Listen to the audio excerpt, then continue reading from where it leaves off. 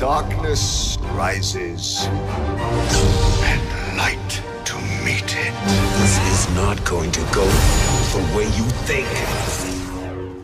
Congratulations, everyone. You made it. This is Star Wars Week. You finally get your new saga film. So this is going to be my non-spoilery review. So no worries, no spoilers for The Last Jedi. I will talk about it as much as I can without getting into super specifics.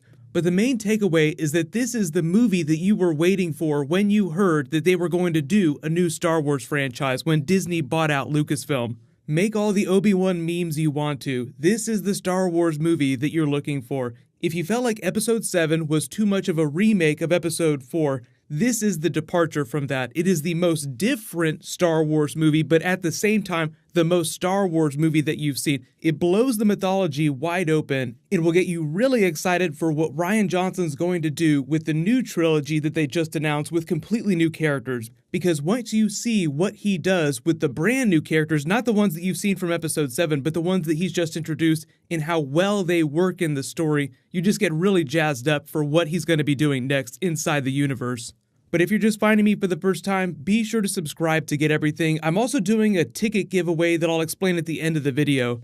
There will be plot points, things about the mythology that they put forth that will be argued about for years to come, even after we get Episode 9. The key to that is a lot of things that you've been seeing in the trailers with Luke Skywalker, with Snoke, with a lot of the backstory that they tease out during the movie. So it's totally fascinating. Obviously, a lot of that they'll deal with in the expanded material. The movie gives you as much information as you need to understand the big twist of the movie. But beyond that, you don't get this big rap sheet about everything that everybody's done their entire life. So everybody hoping to get all the answers about Snoke, about Rey's parents, about all the biggest questions. You get clues and information about that and enough to put the pieces together. Like, the theory crafters will have so much fun with this movie, but it's not like they're going to tell you every exact little thing. Getting into the actor performances, I'd say Daisy Ridley and Adam Driver probably gave the best performances of the movie. You can argue about which you think is better after you see it. Mark Hamill was amazing as Methuselah Luke Skywalker. He's been telling that joke ever since they started talking about the movie.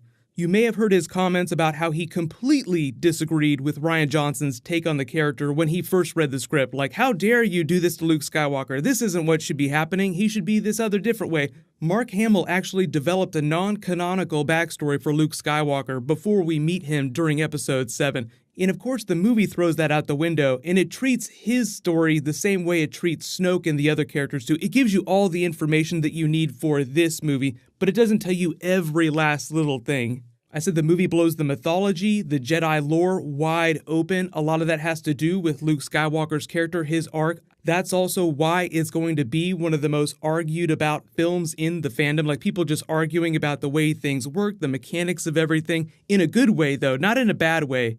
Arguing over small Star Wars details is one of the favorite pastimes of nerddom. So this will give you enough to go on until we find out what's going to happen with the next saga, with like Episode 10, 11, 12. But obviously we still have Episode 9, so there's still going to be a lot of new stuff that we'll get. But across the board, I feel like Rian Johnson did an amazing job directing the actors. All their performances, all the returning people did much better jobs. I love some of the pairings, like you have the Rose-Finn stuff in the movie. Finn was the comedic relief of Episode 7 that continues with Episode 8, and Rose provides this nice foil for his character. So you can think of them as like a buddy road trip comedy within this movie. Even though things get really serious, they do provide some comedic relief. And that's also kind of what they use the Porgs for. It's sort of like the Gremlins within the Star Wars movie. You may have seen some pictures from the trailers, them just being used in funny ways. Chewbacca just swatting them off of the dashboard of the Millennium Falcon. For those of you that are worried about the level of Porgs in the film, I feel like there was an appropriate level. Not too much, not too little. They're meant to lighten the tone just a little bit because we talk about the theme of red in the movie, how this is the heaviest movie thematically in the franchise, just like Empire was during the original trilogy. The whole idea of the Resistance being the spark that's going to light the fire, that's going to burn down the First Order, is also present in the Rey character. There's a spark inside her, the awakening that we saw during Episode 7, but she has to choose what to do with that, so things go in a pretty dark direction compared to what you're used to in other Star Wars movies. So there is some appropriately used comedy to balance that out. So that's largely where the Finn character comes in, and along with the Porgs.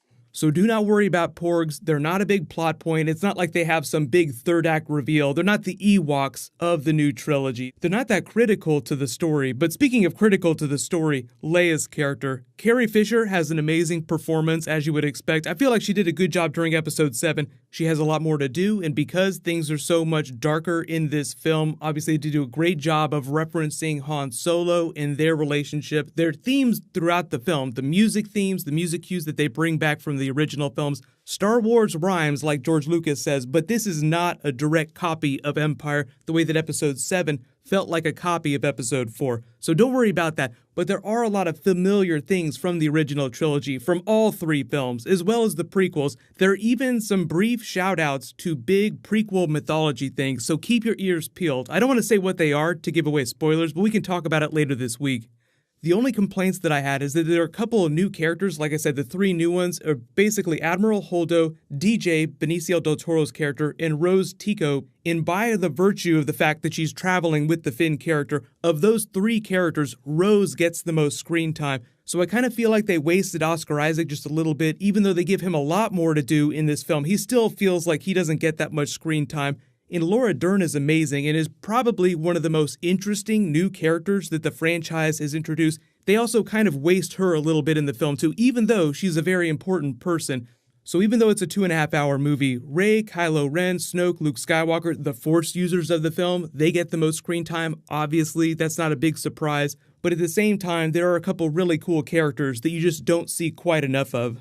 There's so many new theories that the movie is going to give birth to that I'm really excited to talk about, but we'll have to wait a couple days just to give people a chance to see the film. But it's going to be a lot more fun to talk about the franchise after this film than it was after The Force Awakens, that I think people soured on a little bit with time. Like, people were really excited for Star Wars to come back, but then you watch The Force Awakens a couple more times and you start to realize why people criticize it so much. And I feel like this film will still be well received by the time we get to episode 9. Like, oh wow, this is what we want when we say we want some new Star Wars. Give us something that feels like Star Wars, but isn't an exact copy of what we've seen before. I can't really talk about the Jedi stuff, the big battles of the film, without getting into super spoilers, but obviously the CG looks amazing. They have some crazy fights. There is some amazing Jedi stuff that they do in this. And like I said, blow the mythology wide open. You see Force abilities that you have not seen before.